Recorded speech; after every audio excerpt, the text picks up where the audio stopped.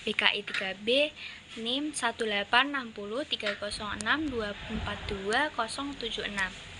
Selamat menyaksikan.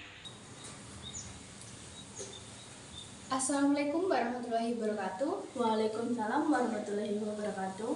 Halo teman-teman, selamat datang kembali di podcast ini. Podcast ini dibuat untuk memenuhi tugas akhir semester mata kuliah Hadis Tematik Bimbingan dan Konseling Islam.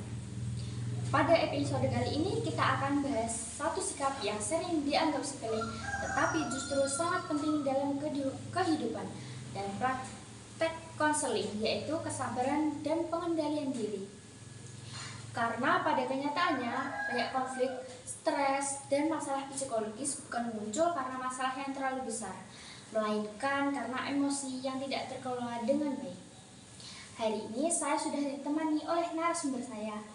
Halo, apa kabar? Halo, alhamdulillah baik. Terima kasih sudah mengundang saya. Semoga diskusi kita hari ini bisa bermanfaat, khususnya bagi teman-teman mahasiswa bimbingan konseling Islam. Sebelum masuk ke pembacaan hadis, kita perlu pahami dulu bahwa dalam Islam itu pembahasan tentang kesabaran dan pengendalian diri bukan hanya nasihat moral, tetapi memiliki dasar kuat dari sabda Rasulullah SAW.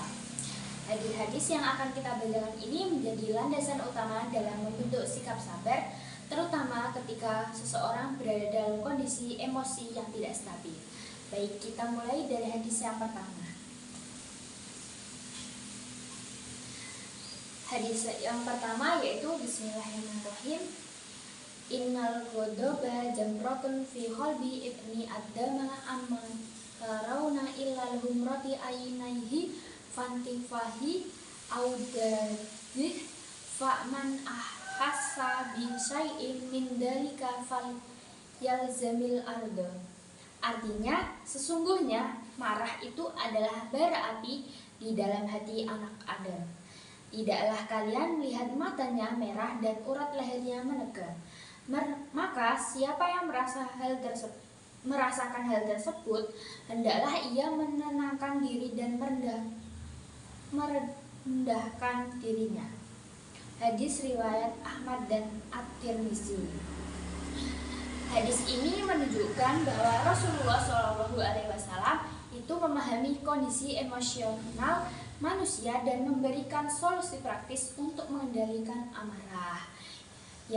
Hadis yang kedua yaitu, selain hadis sebelumnya, Rasulullah SAW itu juga menyampaikan pesan tentang pengendalian diri dengan redaksi yang sederhana, namun diulang-ulang untuk menegaskan betapa pentingnya kesabaran dalam kehidupan seorang muslim.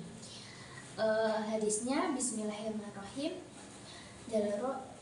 Ja'rajulun ilal an-nabi sallallahu alaihi wasallam faqala ya Rasulullahi aswin qala la tahdab fa'raddana mirran qala la tahdab.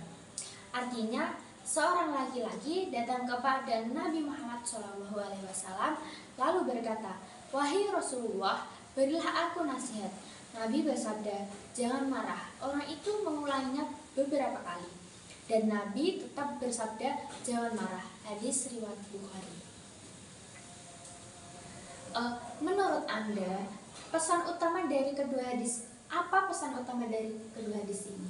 Pesan utamanya adalah Islam menempatkan kesabaran dan pengendalian diri sebagai kekuatan sejati. Marah bukan hanya emosi sesaat, tetapi bisa menjadi sumber berbagai perilaku negatif jika tidak dikendalikan. Berarti sabar itu bukan berarti pasrah ya? Benar, sabar bukan menekankan emosi, melainkan mengelola secara sadar agar tidak merugikan diri sendiri maupun orang lain. Kalau dikaitkan dengan kondisi sekarang, seberapa relevan hadis ini? Sangat relevan di era sekarang. Tekanan hidup, tuntutan akademik, konflik sosial, dan media sosial sering memicu emosi. Tanpa pengendalian diri, masalah kecil bisa menjadi besar. Bagaimana kaitan kesabaran dengan praktik bimbingan dan konseling Islam? Dalam bimbingan konseling Islam, kesabaran adalah nilai inti. Konselor dituntut sabar dalam mendengarkan, tidak menghakimi, serta membantu konseling mengelola emosinya secara sehat dan islami. Berarti konseling Islam bukan hanya menyelesaikan masalah, tapi juga membentuk karakter. Betul, konseling Islam membantu konseling menjadi pribadi yang lebih tenang dan sadar diri dan mampu mengendalikan emosi. Pesan penting apa yang bisa diambil mahasiswa BKI dari hadis ini? Mahasiswa bimbingan konseling Islam perlu melatih kesabaran dan pengendalian diri sejak dini karena konselor teladan bagi konselingnya. Sebagai penutup, dapat disimpulkan bahwa Islam memandang kesabaran dan pengendalian diri sebagai kualitas utama dalam menghadapi masalah hidup.